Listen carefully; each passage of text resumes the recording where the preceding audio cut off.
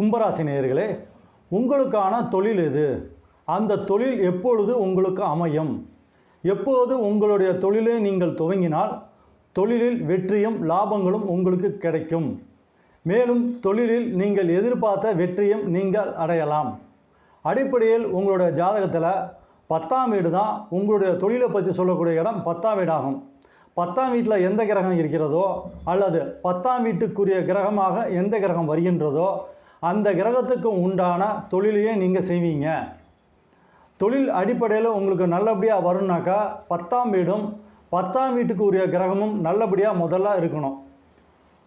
உங்கள் ஜாதகத்தில் எந்த கிரகம் அடிப்படையில் நல்லபடியாக இருக்குதோ அந்த கிரகத்தோட தசா புத்தி அந்தரங்கம் வரும்போது அந்த கிரகமே உங்கள் வாழ்க்கைக்கு தேவையான அடிப்படை தொழிலை உங்களுக்கு ஆரம்பித்து அந்த கிரகம் உங்களுக்கு கொடுக்கும்.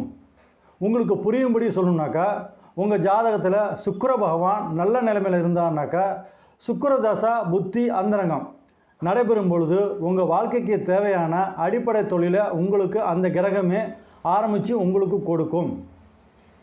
மேலும் உங்கள் தொழிலில் நீங்கள் எதிர்பார்த்த வெற்றியும் லாபங்களும் கிடைக்கணும் அப்படின்னாக்கா 10ஆம் வீடும் 10ஆம் வீட்டுக்குரிய கிரகமும் நடக்கிற தசா புத்தி அந்தரங்கம் இந்த 3 சரியான முறையில் இருந்துச்சுனாக்கா தொழிலில் நீங்கள் எதிர்பார்த்த வெற்றியும் லாபங்களும் கிடைக்கும்.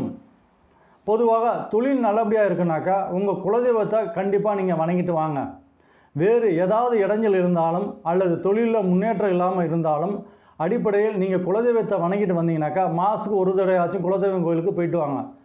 இதெல்லாம் நீங்கள் கரெக்டாக நீங்கள் செஞ்சுட்டு வந்தீங்கன்னாக்கா தொழிலில் பிரச்சனை இருந்தாலும் இல்லை வேறு ஏதாவது பிரச்சனை இருந்தாலும் உங்களுக்கு பார்த்திங்கன்னா குலதெய்வம் உங்கள் பிரச்சனையெல்லாம் நிவர்த்தி பண்ணி வச்சிடும். நன்றி.